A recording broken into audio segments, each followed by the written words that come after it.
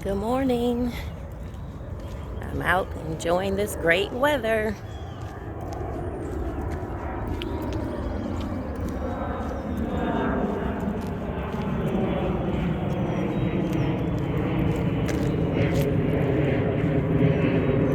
The sun is shining. The air is a little bit cool, but not too cool. Crispy, or crisp, I should say.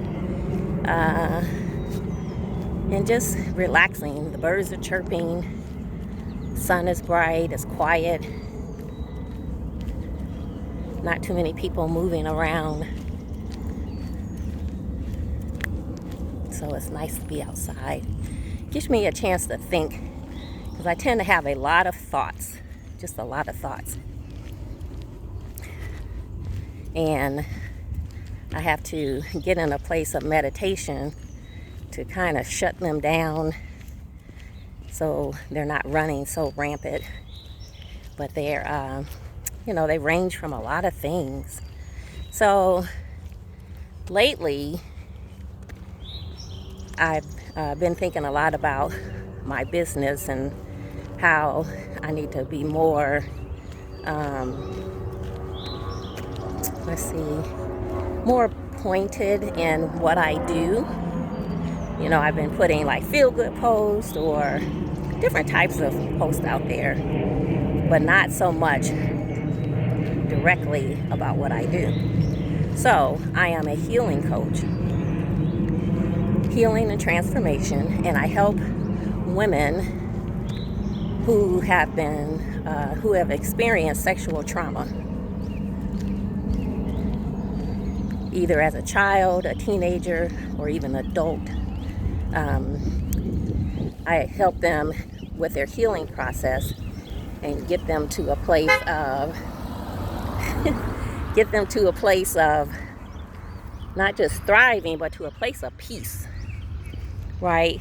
Because ultimately we want to live the abundant life. Like, we talk about that all the time, living an abundant life.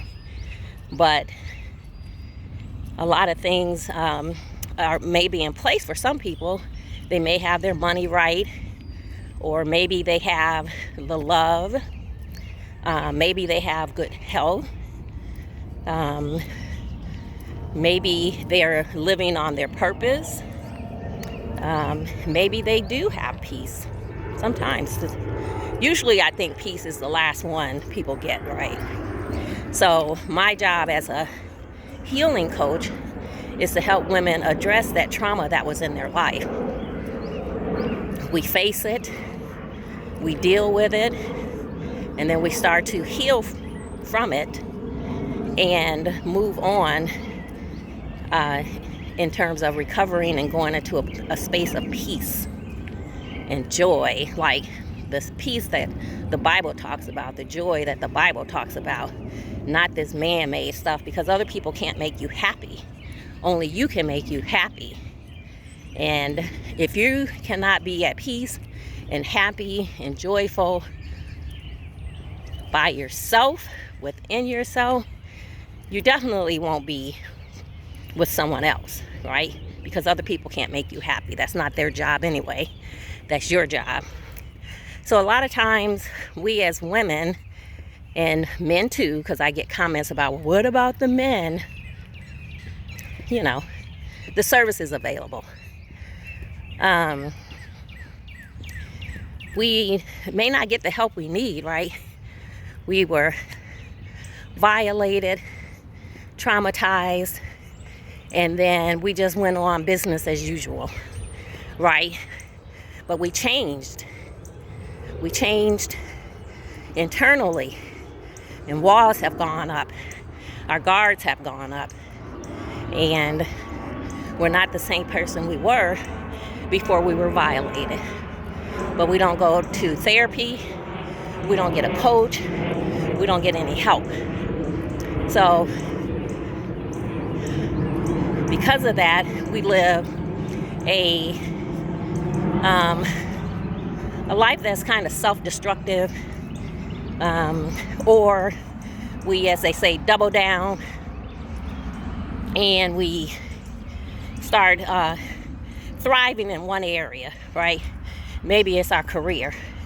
We go hard in our career because we don't have to focus or think about what happened to us, right? So we just don't get the help we need. 1 in 3 girls have been molested, violated sexually. And the stats also says 1 in 7 boys have been as well. I think it's kind of like, I'm trying to remember the number. It's like 13% will be sexually violated before the age of 18. I think that's the number. I was looking at it the other day. And that's a lot, right? That's a lot. So the reason I'm in this area of helping women heal from sexual trauma, because I know the experience firsthand. I was sexually violated at the age of 9 by a stranger, but not really a stranger, because the man lived in the apartment building that we grew up in when we lived in Chicago. And then again, when I was a teenager, I want to say 15, 16 years of age, by my uncles and one of my male cousins. So that is why I chose this area for coaching, because I'm familiar with it. I was sexually molested. And I lived a destructive life for myself, right? It didn't look destructive to other people on the outside. To them, it looked like I had it going on and I was doing great, right? Because I was going to school or college. It took me forever to finish college, but I did it. And once I started seeking help, little by little, I started making more accomplishments. That line, more accomplishments in my life. So as I would seek, but I didn't put the two together, right? Eventually, I started getting like self-help books to deal with symptoms, right? Symptoms like being negative. So, I would get books on positivity, books on how to build your confidence, books on how to build your self-esteem. I would get just books to deal with the symptoms of what was really going on with me, but I never talked about what had happened to me. Then eventually I started going to therapy, and in therapy, we touched on it a little bit, but we didn't touch on it a lot, right? It took me a minute to find a therapist that I liked, because I would go to therapy and they would just sit in there like they were waiting on me to say something, instead of kind of guiding me through that process. They would, it was kind of like we're just sitting there looking at each other crazy. So it took me about maybe took me the 5th time that I found a therapist that I actually liked and who was proactive in my healing process. And then, but I only went sporadically, right? Because I would have bouts of depression, and that's when I would reach out, to the therapist when I had those bouts of depression. But it was all tied to being sexually violated as a child. And then I think in my mid-40s, I finally told my family. So imagine, I was 9 years old, the mind of a 9-year-old. That's what you got to think about. You have children, daughters who are 9 years old. That was me. Up until I was 40, when I finally told someone. And I never told before because I never felt like I had a safe place, right? At home, I was raised by my grandparents, and I know they did the best they could with what they had to work with. So I don't blame them. But back when I was growing up, kids were meant to be seen and not heard. What you thought didn't matter. Your feelings, things like that. They just weren't. That wasn't that time. And then you have to look back at the time that your grandparents grew up. That's one thing we don't do, is we don't take into consideration before we judge our parents, before we judge our grandparents, before we judge people at the time they grew up in and what those times were like for them. So, I lost my little train of thought. But anyway, I didn't feel like I had a safe place to share that or tell them that this happened to me or was happening to me. And because of that, I held it all in. So in my 40s, early to mid 40s, I guess, I shared that with my mother, with my children. I started sharing it little by little. And then over the years, I'd get little bits and chunks of help until eventually I started seeking therapy more and was being more consistent with it to address it. And then I got coaching, and that helped me too to be more vocal, because I would speak a little bit freely about it, but once I got the coaching, then I was more open to speaking it and sharing it. So now I do better with that in terms of talking about it.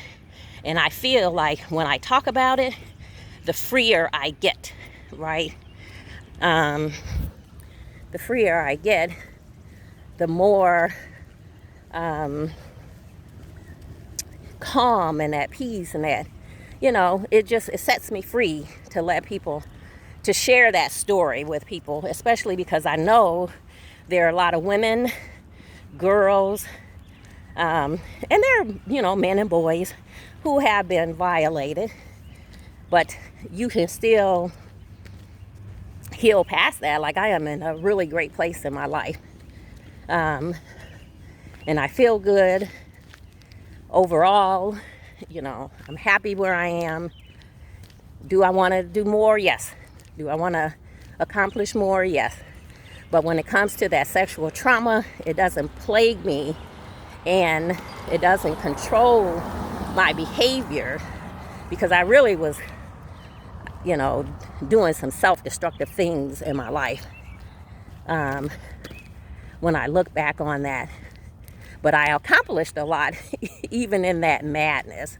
So I just wanted to share that little bit of my story and be a little bit more transparent about me, why I chose to help women who have been violated sexually. And the benefit of it is, once you start the healing process, you find yourself in a much better place, and you're stronger, you're more outspoken, you stand up for yourself, your confidence increases, your self-esteem increases. And this is what healing does for you, because these are all the issues I had in my life, in the workforce, in academic, dealing with people in my circle, dealing with people outside my circle. These are things that plagued me, and I'm buying all these books and looking up things to figure out how to overcome them, when really I needed to address the fact that the men who were supposed to be protecting me as their niece, as their girl cousin, they violated me. Okay? And then, the man in my apartment building. I had to face those things. Once I faced those things, it changed and turned something on to me, and I am more confident. I mean, and I am more confident. My self-esteem is higher. And not that it hadn't increased over time, right? You know, I'm working on being more positive. I'm working on building my confidence. So not that those things didn't help, but once I got healing, once I got coaching, that brought it up to another level. And that's what you need. So I'm sure some people out there are going to be shocked at this video. I'm not really a live person, so that's why I don't go live on Facebook. But there are going to be some people who are going to be shocked about the video, especially in my family.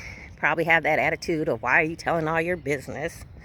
But I want, the women who are out there to know that just because you were molested by your father, your brother, your cousin, your uncle, a stranger, or maybe even another woman, and this is the same thing for men and boys, but you don't have to suffer through that alone.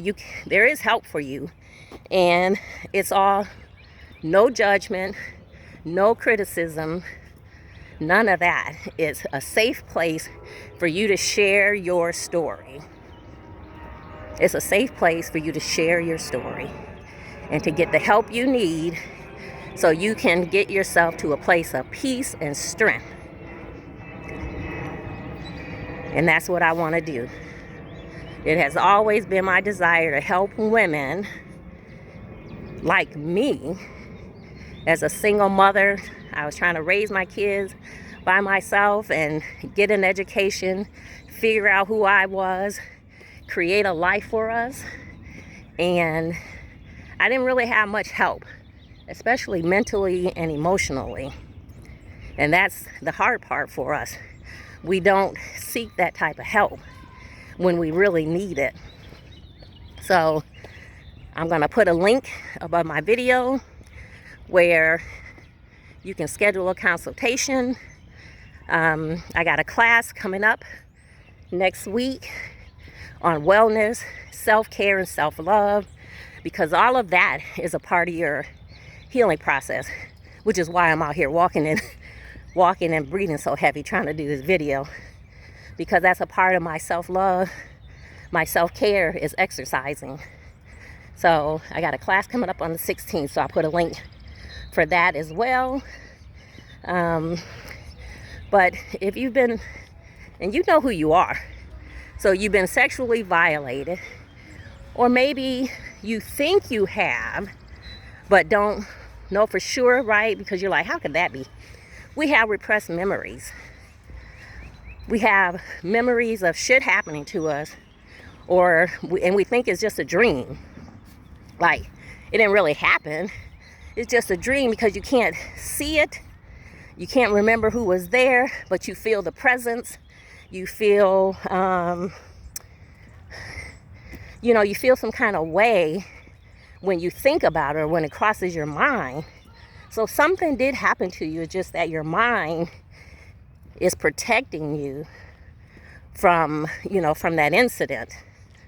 And it's there. And if you feel it strong in your body. So I have repressed memories as well. And some things in my mind, it ain't gonna let it go. I try to find a way to bring that up so I can know, but maybe my brain is like, is thinking, or, they might like, it's too much. It'll be too much. It'll be too overwhelming to bring that memory back up. So, just, again, those of you who are out there, I'm going to put those links out there for you. I am a coach to help women heal from sexual trauma. I have a signature program that will help you get where you need to be and to a place of peace and thriving and, living whatever the abundant life looks like to you. Then help you get to that point and live that life, right? And by doing that, we do that by healing you.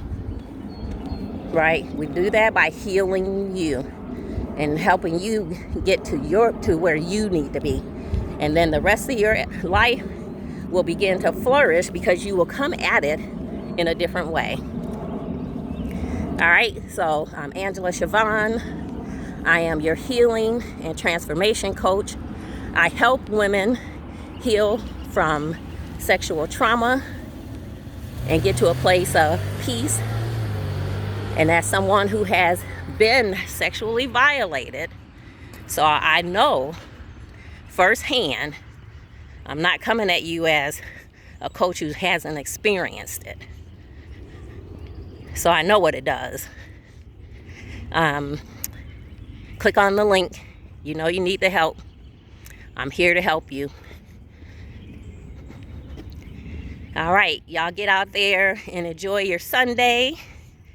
Make the most of it. Sorry for that reflection that's across my face, but I wanted to create this video and put it on out there so you guys can know.